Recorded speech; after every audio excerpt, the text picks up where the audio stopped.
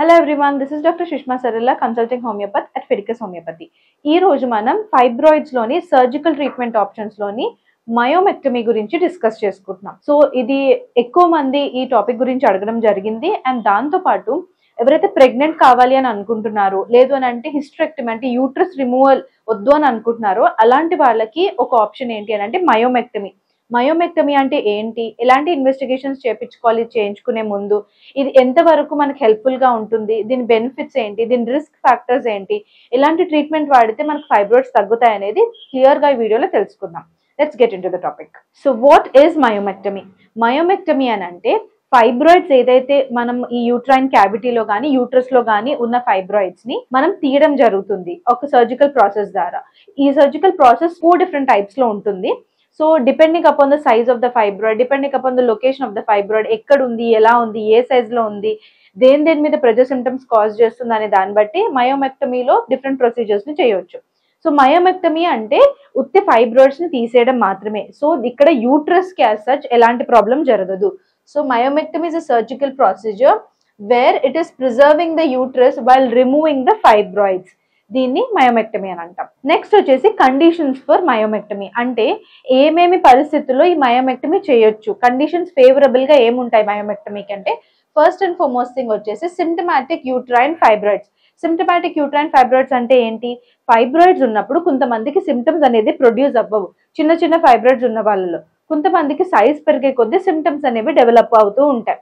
So ఒకవేళ prolonged bleeding అంటే ఎక్కువ రోజులు బ్లీడింగ్ అవుతుంది, లేదు ప్రతి 15 రోజులకి ప్రతి 10 రోజులకి మనకి మళ్ళీ పీరియడ్ అనేది రిపీట్ అయిపోతూ ఉంటుంది, లేదు 5-6 రోజులు అయినా కూడా ఫ్లో చాలా ఎక్కువ, కంపారిటివ్లీ నార్మల్ పీరియడ్ తో కంపేర్ చేస్తే మీకు అప్పటి మీద ఫ్లో ఎక్కువ అయిపోయినట్టు అనిపిస్తుంది, కళ్ళు తిరగడము, కూర్చుని లెగిస్తే కళ్ళు తిరగడము, జుట్టు ఊడిపోవడము, మొహం అంతా పాలిపోయినట్టు అనిపించడము, గోర్లు తొందరగా విరిగిపోవడము, నీరసంగా ఉండడము, దాని తర్వాత పొత్తి కడుపు దగ్గర లాగేసినట్టు ఉండడము, కిందకి గుంజుతున్నట్టు ఉండడము, నడుము నొప్పి రావడం, ఇలాంటివన్నీ కూడా ఫైబ్రాయిడ్ సిమ్టమ్స్ ఏనండి.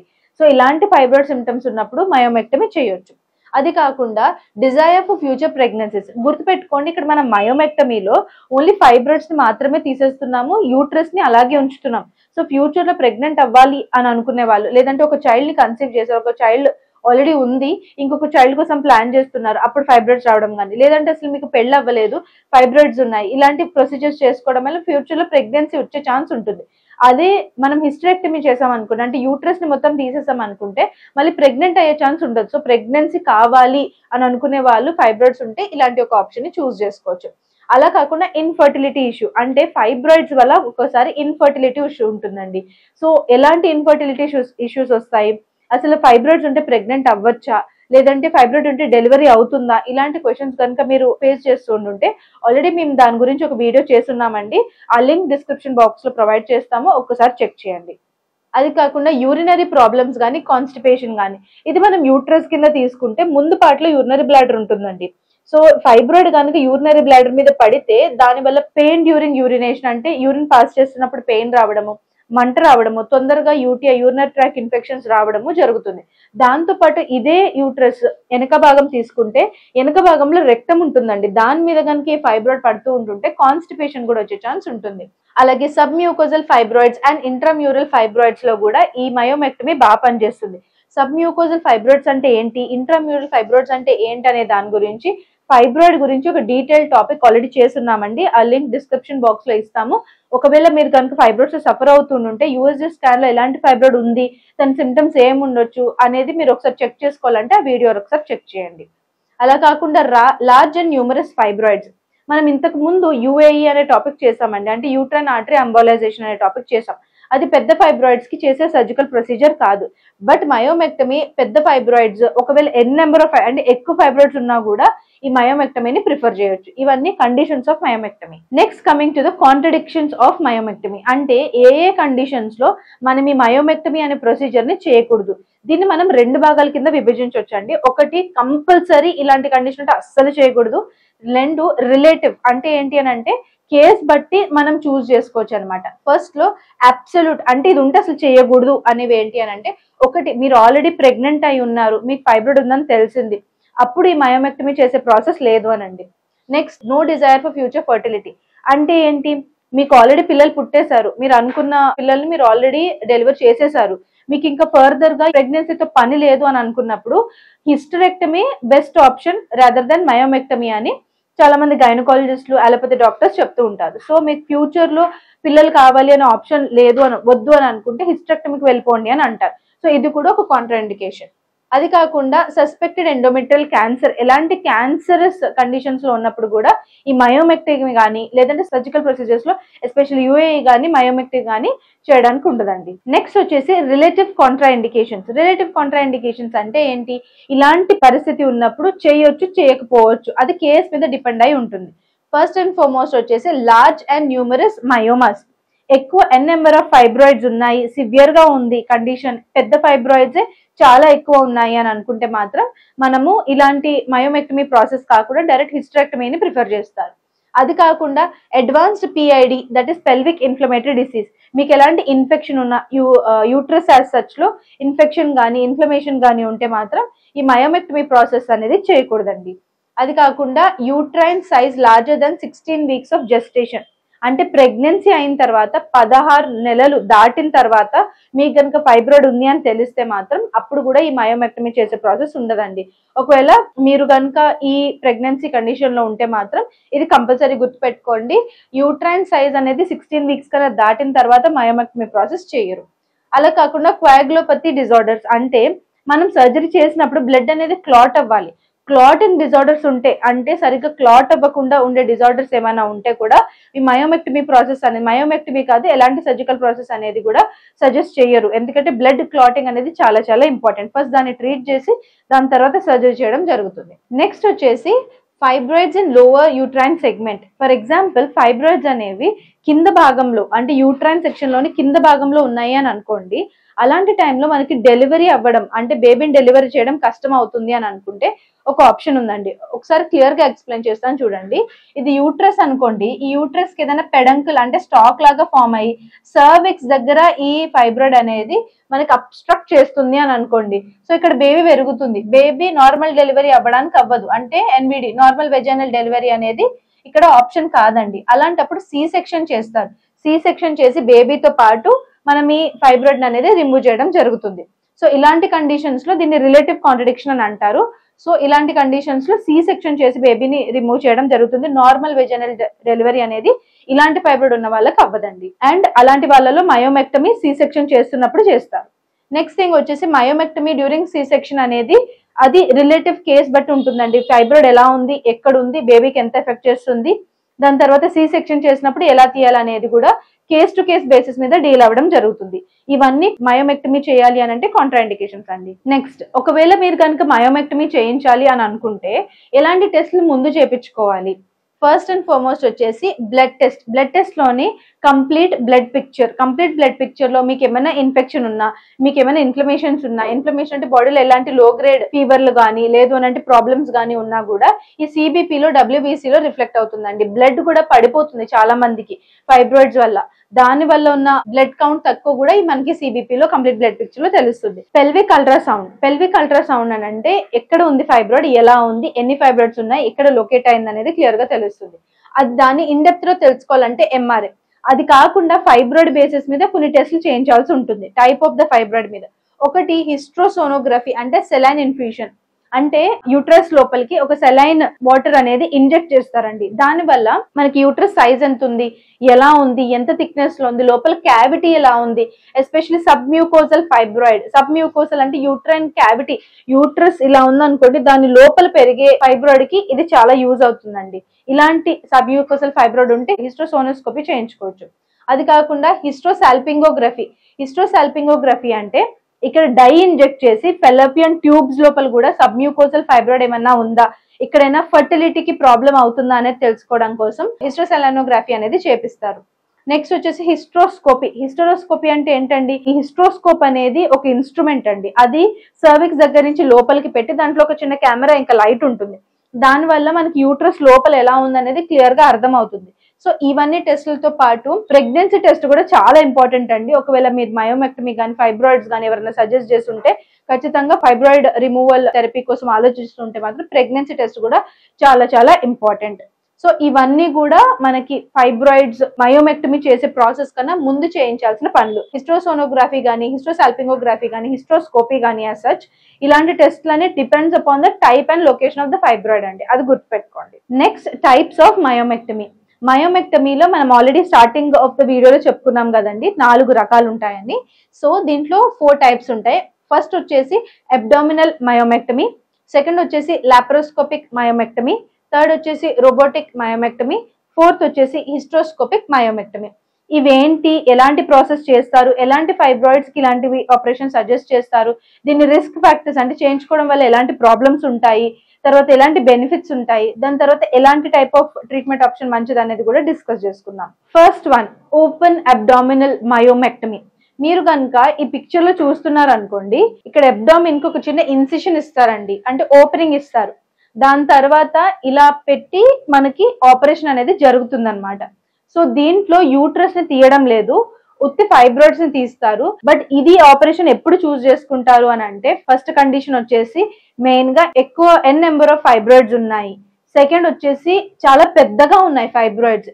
ఇలాంటి కండిషన్స్ లో మనకి అబ్డామినల్ మయోమెక్టమీ అనేది చేస్తారు.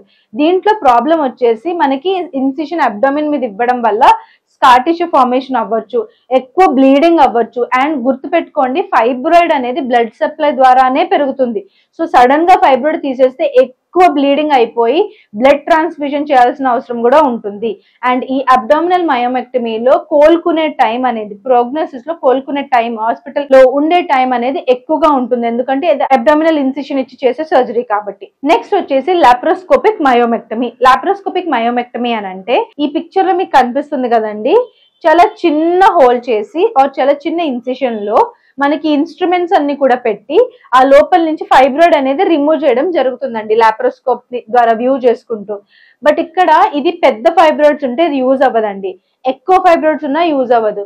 యూజువల్లీ తక్కువ నెంబర్ ఆఫ్ ఫైబ్రాయిడ్స్ ఉండి, అది కూడా ఫైబ్రాయిడ్ అనేది చాలా మోడరేట్ సైజ్ లో ఉండి, ఇక్కడ మీకు కనిపిస్తుంది కదా, ఫైబ్రాయిడ్ అనేది చాలా మోడరేట్ సైజ్ లో ఉండి చిన్నగా ఉంటే మాత్రం ఎస్పెషల్లీ మనం ఈ లాప్రోస్కోపిక్ మయోమెక్టమీ ద్వారా తీసేయొచ్చండి. దీంట్లో చిన్న హోలే చేయడం జరుగుతుంది. సో అబ్డామినల్ మయోమెక్టమీ కన్నా ఇది better process, but fibroid size మీద, లొకేషన్ మీద డిపెండ్ అయి ఉంటుంది. నెక్స్ట్, రోబోటిక్ అసిస్టెడ్ మయోమెక్టమీ అంటే ఏంటి? రోబోటిక్ అసిస్టెడ్ మయోమెక్టమీలో మన సర్జన్ ఎవరైతే గైనకాలజిస్ట్ కానీ చేస్తున్నారో వాళ్ళు రోబోటిక్ ఆర్మ్స్ ని యూజ్ చేసుకుంటూ ఆ సర్జరీ అనేది చేయడం జరుగుతుంది. ఇది కూడా మినిమలీ ఇన్వేజివ్ సర్జరీనే, ఎక్కువ ఇన్సిషన్ ఇవ్వడం జరగదు, లాప్రోస్కోపిక్ సర్జరీ లానే ఉంటుంది, బట్ రోబోటిక్ హ్యాండ్స్ అనేది యూజ్ చేస్తారు. ఇది కూడా చిన్న ఫైబ్రాయిడ్స్ లో, లేదు అని అంటే తక్కువ number of fibroids and moderate size ఉన్న ఫైబ్రాయిడ్స్ లో చాలా ఉపయోగపడుతుందండి. Next kind of fibroid removal మయోమెక్టమీలో is hysteroscopic myomectomy. Hysteroscopic myomectomy ఒకసారి క్లియర్ గా అబ్జర్వ్ చేయండి. ఇది మనం అబ్డామినల్ మీద ఏం స్కార్ పెట్టట్లేదు, పంచర్ చేయట్లేదు, హోల్ చేయట్లేదు. ఇక్కడ మన వెజైనా నుంచి హిస్ట్రోస్కోప్ ని పంపిస్తాం, కింద నుంచి హిస్ట్రోస్కోప్ ని పంపించి లోపల క్యావిటీ లోపల, అంటే యూట్రస్ పైన కాదండి, యూట్రస్ క్యావిటీ లోపల ఏదన్నా ఎదుగుతున్న సబ్ మ్యూకోజల్ ఫైబ్రాయిడ్ ఉంది, అది కూడా minimal size are moderate size లో ఉంది. పెద్ద సైజ్ అయితే తీయలేమండి, పెద్ద సైజ్ అయితే అబ్డామినల్ మయోమెక్టమీ చేస్తారు. బట్ నార్మల్ మినిమల్ సైజ్ లో ఉంది, నార్మల్ సైజ్ లోనే ఉంది, చాలా చిన్న సైజ్ లో ఉంది, వెజైనా నుంచి పాస్ అయ్యే అవకాశం ఉంది అనుకుంటే మాత్రం వెజైనా నుంచి ఈ హిస్ట్రోస్కోప్ ని పెట్టి వ్యూ చేసి అక్కడ ఫైబ్రాయిడ్ ని చూసుకొని ఫైబ్రాయిడ్ ని రిమూవ్ చేయడం జరుగుతుంది. సో ఇది సబ్మ్యూకోసల్ ఫైబ్రాయిడ్స్, అది కూడా చిన్న ఫైబ్రాయిడ్స్ కి హెల్ప్ అవుతుంది అనమాట. దీంట్లో ఏమి మనము అబ్డామిన్ కి స్కారింగ్ గానీ పంక్చర్ గానీ చేయడం జరగదు. దీంట్లో హిస్ట్రోస్కోప్ ని లోపల పెట్టి ఫైబ్రాయిడ్ తీస్తున్నారు కదా, ఇది ఎవరిలో చేయడానికి అవ్వదు అని అంటే పెళ్లి కాలేని వాళ్ళల్లో ఇలాంటి ప్రొసీజర్స్ చేయడానికి అవ్వదనండి. అండ్ వన్స్ మ్యారేజ్ అయిన తర్వాత ఒకవేళ సబ్మ్యూకోజల్ ఫైబ్రాయిడ్ చిన్నగా ఉంటే ఇలాంటివి చేపించుకోవచ్చు. నెక్స్ట్, బెనిఫిట్స్ ఆఫ్ మయోమెక్టమీ ఏంటి? ఒకటి, ఇలాంటి మయోమెక్టమీ చేసుకోవడం వల్ల మనకి ఫ్యూచర్ లో ప్రెగ్నెంట్ కావాలి అని అనుకుంటే అవ్వచ్చు, ఎందుకంటే యూట్రస్ ని రిమూవ్ చేయట్లేదు కాబట్టి. నెక్స్ట్ థింగ్ వచ్చేసి పోస్ట్ సర్జరీ తర్వాత సిమ్టమ్స్ కూడా డిపెండ్స్ అపాన్ ద మయోమెక్టమిక్ ప్రాసెస్ అండి. లాప్రోస్కోపిక్ చేయించుకున్నా, రోబోటిక్ చేయించుకున్నా, లేదంటే హిస్ట్రోస్కోపిక్ చేయించుకున్నా కూడా ఎక్కువ రోజు హాస్పిటల్లో అడ్మిట్ అయి ఉండాల్సిన అవసరం ఉండదు. అబ్డామినల్ మయోమెక్టమీలోనే కొంచెం ఎక్కువ రోజులు ఉండాల్సి ఉంటుంది. కంపారిటివ్లీ వాటితో కంపేర్ చేస్తే లాప్రోస్కోపిక్ కానీ, లేదంటే రోబోటిక్ కానీ, లేదు అని అంటే ఈ హిస్ట్రోస్కోపిక్ కానీ చాలా తక్కువ హీలింగ్ టైం అనేది పడుతుంది. దాంతో పాటు ఫర్టిలిటీ కొన్ని కేసెస్ లో మనకి అన్ని కేసెస్ లో కాదండి, కొన్ని కేసెస్ లో ఒక్కొక్కసారి మంచిగా ఫర్టిలిటీ రేట్ ఒకవేళ అది అబ్స్ట్రక్ట్ చేస్తుంది. ఫెలోపియన్ ట్యూబ్స్ అని చెప్పాను కదండి, ఒకసారి గీసి చూపిస్తాను. వీటిని ఫెలోపియన్ ట్యూబ్స్ అని అంటారండి. సో ఈ ఫెలోపియన్ ట్యూబ్స్ లో గనక ఫైబ్రాయిడ్ ఫామ్ అయింది, ఇక్కడ బ్లాక్ చేసేస్తుంది, బ్లాక్ చేయడం వల్ల ప్రెగ్నెంట్ అవ్వట్లేదు అని అనుకుంటే ఈ బ్లాక్ ని క్లియర్ చేయడం వల్ల ఏమవుతుంది, ఫర్టిలిటీ రేట్ అనేది పెరుగుతుంది. సో ఇట్లాంటి కండిషన్స్ అన్ని మనకి బెనిఫిషియల్ కండిషన్స్ ఫర్ మయోమెక్టమీ. అంటే మయోమెక్టమీ తర్వాత ఇవన్నీ లాభాలు మనం పొందొచ్చు. Next coming in to the risk factors అండి. సో ఒక్కసారి గుర్తుపెట్టుకోండి, ఎలాంటి ట్రీట్మెంట్, అదే ట్రీట్మెంట్ అయినా సరే బెనిఫిట్స్ అనేవి రిస్క్ ఫ్యాక్టర్స్ కన్నా ఎక్కువ ఉండాలి. రిస్క్ ఫ్యాక్టర్స్ బెనిఫిట్స్ కన్నా ఎక్కువ ఉన్నాయి అని అనుకోండి, అలాంటి ట్రీట్మెంట్ ఆప్షన్, అది ఏ ట్రీట్మెంట్ ఆప్షన్ అయినా ఎలాంటి ప్రాబ్లమ్స్ లో అయినా మనం ప్రిఫర్ చేయం కదా. ఇన్ ద సేమ్ మేనర్ మయోమెక్టమీలో రిస్క్ ఫ్యాక్టర్స్ కూడా ఎక్కువ ఉన్నాయండి. ఫస్ట్ రిస్క్ ఫ్యాక్టర్ వచ్చేసి ఎక్సెసివ్ బ్లీడింగ్. ఎందుకు ఎక్సెసివ్ బ్లీడింగ్ అవుతుంది, ఎందుకనంటే ఫైబ్రాయిడ్ సైజ్ పెరిగే కొద్దీ లేదంటే పెరగాలంటే మనకి బ్లడ్ సప్లై అనేది ఉండాలండి. మీరు సడన్ గా వచ్చి ఒక సర్జరీ ద్వారా ఫైబ్రాయిడ్ ని తీసేస్తున్నారు, అప్పుడు ఏమవుతుంది, బ్లడ్ వెసల్స్ అనేవి టేర్ అవ్వచ్చు సరిగ్గా చేయకపోతే. దాంతో పాటు ఆ బ్లీడింగ్ ఒకేసారి ఫైబ్రాయిడ్ తీయడం వల్ల బ్లడ్ అంతా కూడా మెన్స్ట్రుయేషన్ ప్రాసెస్ ద్వారా అంటే యూట్రైన్ వెజైనా క్యావిటీ ద్వారా మనకి బయటికి రావడం జరుగుతుంది. ఒక్కొక్కసారి ఎంత హెవీ బ్లీడింగ్ అవుతుంది అని అంటే బ్లడ్ ట్రాన్స్ఫ్యూజన్ చేయాల్సిన అవసరం కూడా పడొచ్చండి. దాంతో పాటు ఒకవేళ కనుక మీరు చేయించుకునే చోట సరిగ్గా చేయకపోతే యూట్రస్ కి హామ్ జరగవచ్చు, సరౌండింగ్ ఆర్గన్స్ కి కూడా హామ్ జరగవచ్చు అండి. ఒకటి. Next infection. ఒక్కొక్కసారి హీలింగ్ సరిగ్గా బ్లడ్, ఇప్పుడు మీరు ఆల్రెడీ బ్లీడింగ్ తో సఫర్ అవుతున్నారండి, ఎక్కువ దీర్ఘకాల బ్లీడింగ్ తో సఫర్ అవుతున్నారు, అప్పుడు ఏమవుతుందండి, బ్లడ్ క్వాలిటీ అనేది పడిపోతుందా లేదా, బ్లడ్ లో ఫైటింగ్ కెపాసిటీ తగ్గిపోతుందా లేదా, బాడీ ఇమ్యూనిటీ పడిపోతుంది కదా.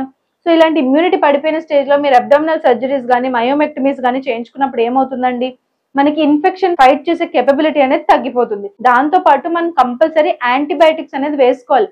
ఎందుకనంటే మనం అబ్డామినల్ సర్జరీ చేస్తున్నాం, లేదంటే అబ్డామిన్ కి మనం ఒక చిన్న హోల్ గాంటి చేస్తున్నాం. సో అది హీల్ అవ్వాలి కదండి. హీల్ అవ్వాలంటే బ్లడ్ బాగుండాలి, ఇన్ఫెక్షన్ రాకుండా ఉండాలి, అండ్ మన డైటరీ చేంజెస్ కూడా చాలా ఉండాలి.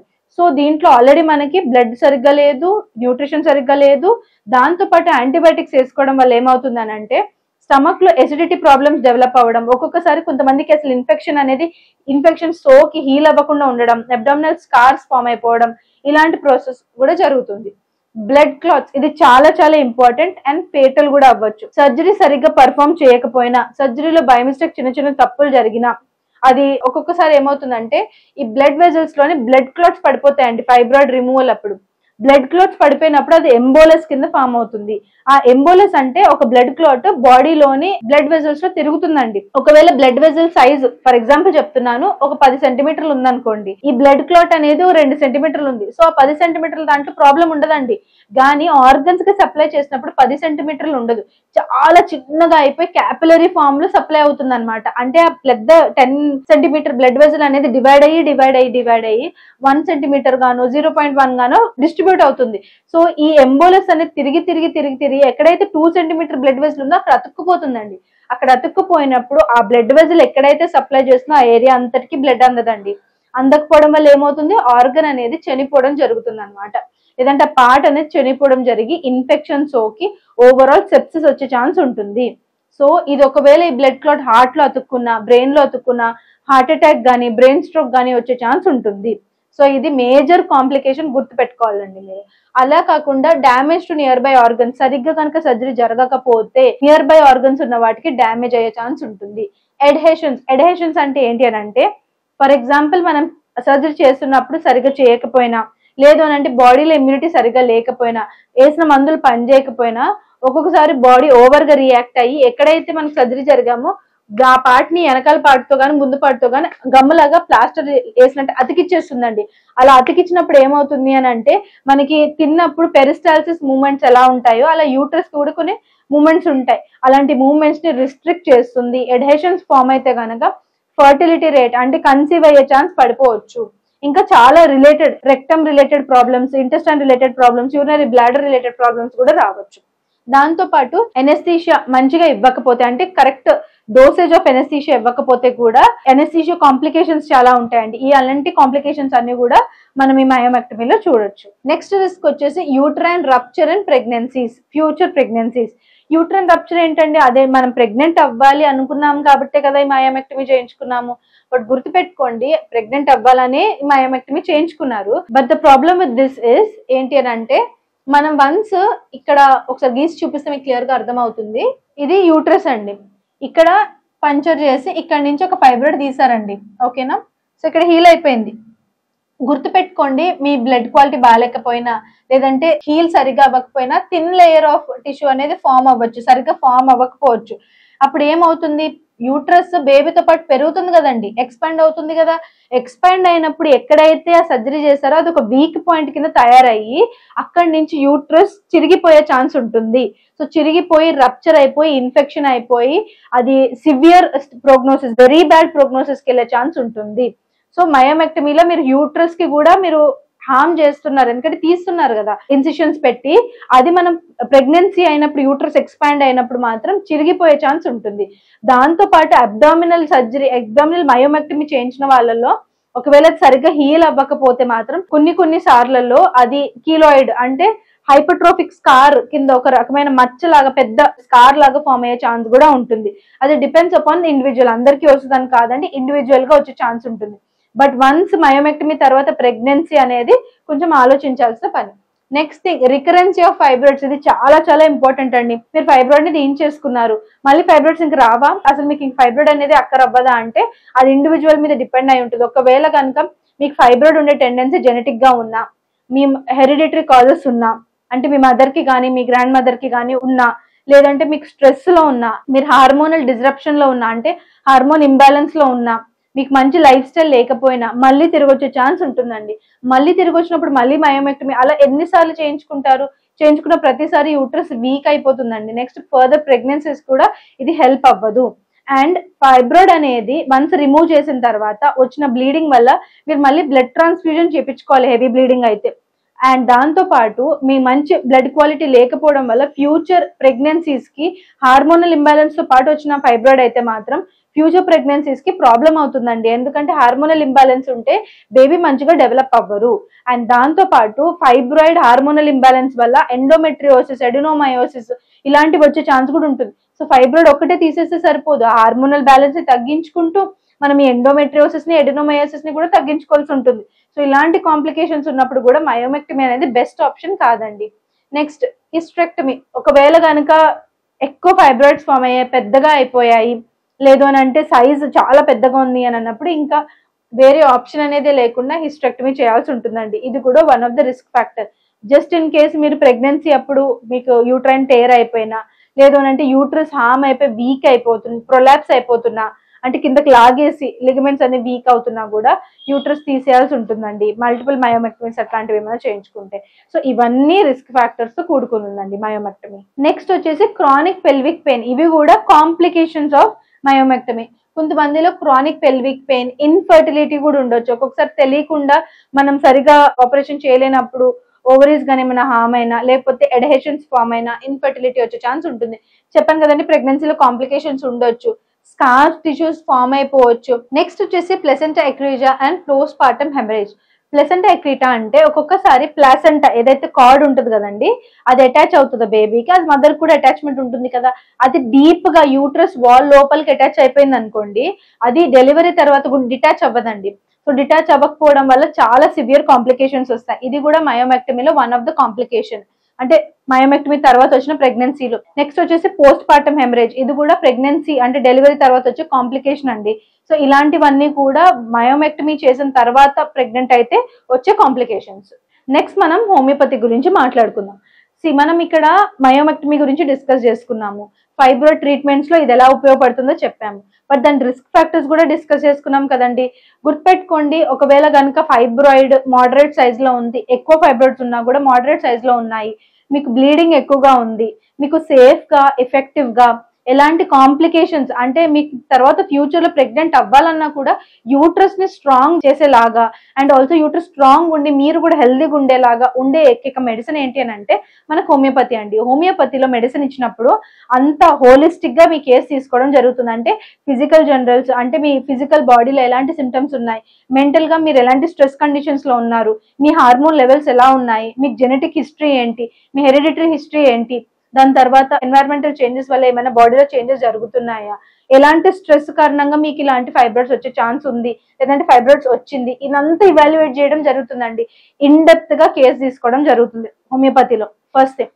సెకండ్ థింగ్ వచ్చేసి మనకు మయోమెక్టమీలో లాగా ఇలాంటి సైడ్ ఎఫెక్ట్స్ ఏంటి దీంట్లో ఉండవండి. అంటే పోస్ట్ పార్టమ్ హెమరేజ్ కానీ, ప్లసెంటా ఎక్రీటా కానీ, అంటే మీకు ఫ్యూచర్ లో ప్రెగ్నెంట్ అవ్వాలనుకుంటే ఎలాంటి ప్రాబ్లం ఉండదు. అండ్ ఆల్సో సర్జికల్ కేసెస్ తర్వాత వచ్చిన ప్రాబ్లమ్స్ లైక్ సివియర్ బ్లీడింగ్ కానీ, ఎక్సెసివ్ బ్లీడింగ్ కానీ, మళ్ళీ బ్లడ్ ట్రాన్స్ఫ్యూజన్ చేయించుకోవాల్సి రావడం కానీ, హాస్పిటల్లో అడ్మిట్ అవ్వడం కానీ, ఎక్కువ రోజులు మనకి ఉండాల్సిన అవసరం కానీ, ఇలాంటి ఇవేవి హోమియోపతిక్ లో జరగవు. ఇది నాన్ ఇన్వేజివ్, అంటే మనకి ఎలాంటి సర్జరీ లేకుండా ఫైబ్రాయిడ్ సైజ్ ని చాలా హెల్దీ మేనర్ లో తగ్గిస్తుందండి. ఫైబ్రాయిడ్ సైజ్ ని తగ్గిస్తుంది, బ్లడ్ క్వాలిటీని పెంచుతుంది, తర్వాత హెల్త్ ని పెంచుతుంది, మీ హార్మోనల్ ఇంబ్యాలెన్స్ ని బ్యాలెన్స్ అవుట్ చేస్తుంది. సో ఫ్యూచర్ లో మీకు మళ్ళీ ప్రెగ్నెంట్ అవ్వాలన్నా, లేదు అని అంటే మీరు హెల్దీగా ఉండాలన్నా హెల్ప్ చేస్తుంది. And also fibroid recurrence rate, అంటే వన్స్ మీరు మయోమెక్టమీ చేయించుకున్నారు, లేదంటే యుఏ చేయించుకున్నారు, ఇంకొక చోట ఫైబ్రాయిడ్ వచ్చే ఛాన్స్ ఉంటుందండి. బట్ హోమియోపతిలో రికరెన్సీ రేట్ అనేది చాలా మటుకు తగ్గిపోతుంది. అండ్ దాంతో పాటు మెల్లగా టైమ్లీగా మీకున్న సిమ్టమ్స్ ని తగ్గిస్తూ, ఫ్యూచర్ లో ప్రివెంట్ చేస్తూ, అండ్ ఉన్న సిమ్టమ్స్ ని రిలీవ్ అండ్ క్యూర్ చేస్తూ మీకు ఇచ్చిన మెడిసిన్ అనేది పనిచేయడం జరుగుతుందండి. This is most safe and most effective form of treatment for fibroids. Next వచ్చేసి ప్రికాషన్స్ అండి. మీరు కనుక ఈ ఫైబ్రాయిడ్ సైజ్ ని తగ్గించాలి, లేదు అని అంటే ఈ ఫైబ్రాయిడ్స్ రాకుండా ఉండాలి, ఉన్న వాళ్ళు ఆల్రెడీ ఫైబ్రాయిడ్ సైజ్ ని తగ్గించుకోవాలి అని అనుకుంటే మాత్రం గుర్తుపెట్టుకోండి, ప్రికాషన్స్ అనేవి చాలా ఇంపార్టెంట్. దీంట్లో ఫస్ట్ అండ్ ఫార్మోస్ట్ ప్రికాషన్ వచ్చేసి మనం హార్మోనల్ ఇంబ్యాలెన్స్ ని బ్యాలెన్స్ అవుట్ చేయాలి. అలా బ్యాలెన్స్ చేయాలి అని అంటే మనం హైపర్ ఈస్ట్రోజెనిక్ ఫుడ్స్ తినకూడదు. హైపర్ ఈస్ట్రోజెనిక్ ఫుడ్స్ అంటే ఏంటండి? Red meat. Especially red meat అంటే రెడ్ మీట్ లో ఏమేమి వస్తాయి? మటన్ వస్తుంది, ల్యాంబ్ వస్తుంది, పోర్క్ వస్తుంది, బీఫ్ వస్తుంది. వీటి బై ప్రొడక్ట్స్ ఏవి తినకండి. నెక్స్ట్ వచ్చేసి సోయా ప్రొడక్ట్స్ ఏవి తినకండి. ఎందుకంటే వీటిలో ఫైటో ఈస్ట్రోజన్స్ వల్ల ఈస్ట్రోజన్ కంటెంట్ కొంతమంది ససెప్టబుల్ గా ఉన్న వాళ్ళలో పెరిగే ఛాన్స్ ఉంటుందండి. సో ఇవి 2 ఫుడ్స్ తగ్గించండి. హెల్దీ ఫుడ్స్ తినండి. హెల్దీ ఫుడ్స్ అంటే ఎలాగా? ప్లేట్ ని 4 భాగాల కింద డివైడ్ చేసుకుంటే మొదటి భాగం green leafy vegetables, next 2 parts of it కొంచెం గుప్పడంత ఫ్యాట్ అంటే nuts and seeds, next fish గానీ, చికెన్ గానీ, రాజ్మా గానీ, చోలే గానీ, పల్సెస్ గానీ ఇలాంటివి తీసుకుంటూ నెక్స్ట్ 1/4 మిగిలిన పార్ట్ లో మీ స్టేపుల్ ఫుడ్ రైస్ గానీ, చపాతీలు గానీ, బ్రెడ్ గానీ తీసుకోండి. ఇలా తీసుకోవడం వల్ల మీకు డైటరీ చేంజెస్ వల్ల మనకి చాలా మటుకు హెల్త్ అనేది సెట్ అవుతుంది.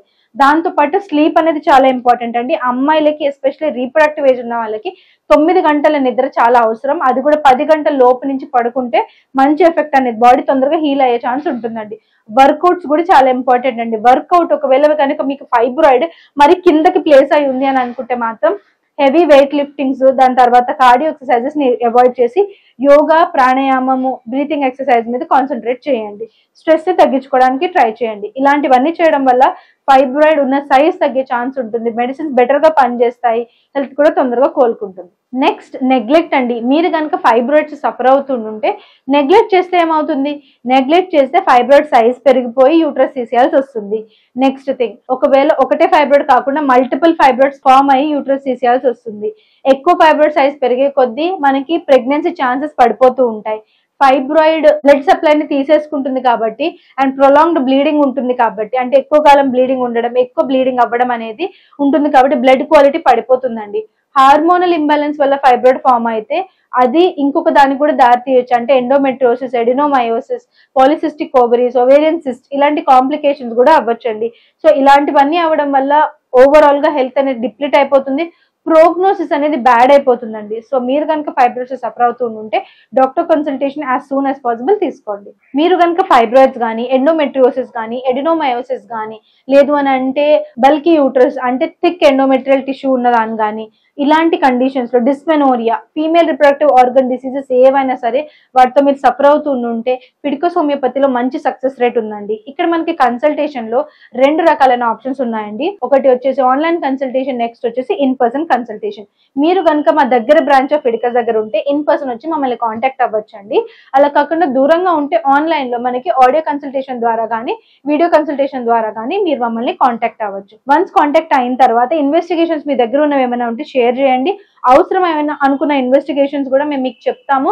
మీరు చేయించుకుని మాకు రిపోర్ట్ సెండ్ చేయాల్సి ఉంటుంది. ఈ ప్రాసెస్ అంతా అయిపోయి కేస్ టేకింగ్ అంతా అయిపోయిన తర్వాత ఎస్పెషల్లీ ఆన్లైన్ క్లయింట్స్ కి మెడిసిన్ అనేది మీకు హోమ్ డెలివరీ చేయడం జరుగుతుందండి. ఒకవేళ మీరు ఇండియాలో ఉంటే కనుక 3 to 4 బిజినెస్ డేస్, ఒకవేళ అవుట్ సైడ్ ఇండియా అంటే USA లో ఉంటే కనుక 3 to 5 business days, across the globe ఇవి రెండు కాకుండా ఇంకెక్కడ ఉన్నా సరే 4 to 8 బిజినెస్ డేస్ అనేది టైం పీరియడ్ పడుతుందండి. మీరు కనుక మమ్మల్ని కాంటాక్ట్ అవ్వాలంటే ఇక్కడ ఇచ్చిన నంబర్ ద్వారా కాల్ కానీ, వాట్సాప్ కానీ, మెసేజ్ కానీ చేసి మమ్మల్ని కాంటాక్ట్ అవ్వచ్చు. ఇంకా ఫిడికస్ హోమియోపతి గురించి తెలుసుకోవాలి అని అనుకుంటే www.fidicus.com ని ఒకసారి చెక్ చేయండి. మీరు కనుక ఫైబ్రాయిడ్స్, ఎండోమెట్రియోసిస్, ఎడినోమయోసిస్, PCOS అంటే పాలిసిస్టిక్ ఓవరీస్, లేదంటే డిస్మెనోరియా, లేదంటే ఫీమేల్ రిప్రొడక్టివ్ ఆర్గన్ డిసీజెస్ వేటితో సఫర్ అవుతూ ఉన్నా ఫిడికస్ హోమియోపతిని మీరు ఎందుకు చూస్ చేసుకోవాలి? ఎందుకంటే Fidicus homeopathy stands for highest chance of health అండి. ఇక్కడ మేము 3 ప్రిన్సిపల్స్ క్లియర్ గా పాటిస్తాం. ఆల్రెడీ మనకి మంచి సక్సెస్ రేట్ ఉందండి. ఫైబ్రాయిడ్స్ కానీ, PCOS కానీ, ఎస్పెషల్లీ ఎండోమెట్రియోసిస్ కానీ, ఎడినోమయోసిస్ కానీ, డిస్మెనోరియా కానీ, ఇలాంటి అన్ని కండిషన్స్ లోనూ మనకి మంచి సక్సెస్ రేట్ ఉంది. దాంతోపాటు ట్రాన్స్పరెంట్ ట్రీట్మెంట్ అంటే ఒక పేషెంట్ కి డాక్టర్ కి మధ్య ఒక గ్రే ఏరియా లేకుండా మీకు ప్రోగ్నోసిస్ ఏంటి అనేది క్లియర్ గా మీతో డిస్కస్ చేయడం జరుగుతుంది. And also personal care at Fidicus homeopathy ఈ టాప్ నాచ్ అండి. ఎందుకంటే మీకు ఏమైనా క్వేరీస్ ఉన్నా, మిత్స్ ఉన్నా, లేదంటే ఏదైనా అపోహలు ఉన్నా దాన్ని క్లియర్ అవుట్ చేసుకుంటూ మీకు ఎక్స్ప్లెయిన్ చేయడం జరుగుతుంది. మేము చేసిన వీడియోస్ కూడా, ఇప్పుడు చేస్తున్న వీడియోస్ కూడా పేషెంట్స్ మన దగ్గరకు వచ్చినప్పుడు వాళ్ళు అడిగిన క్వశ్చన్స్ కి వాళ్ళని ఎడ్యుకేట్ చేయడంతో పాటు ఇంకా చాలా మందికి ఇలాంటి అపోహలు ఉంటాయి కదా అనే ఉద్దేశంతో మనం ఈ వీడియో చేయడం జరుగుతుంది. సో మీరు కనుక క్యూర్ కోసం వెతుకుతూ ఉంటే, so if you want to choose cure, if you want to choose health, choose Fidicus homeopathy. Thank you.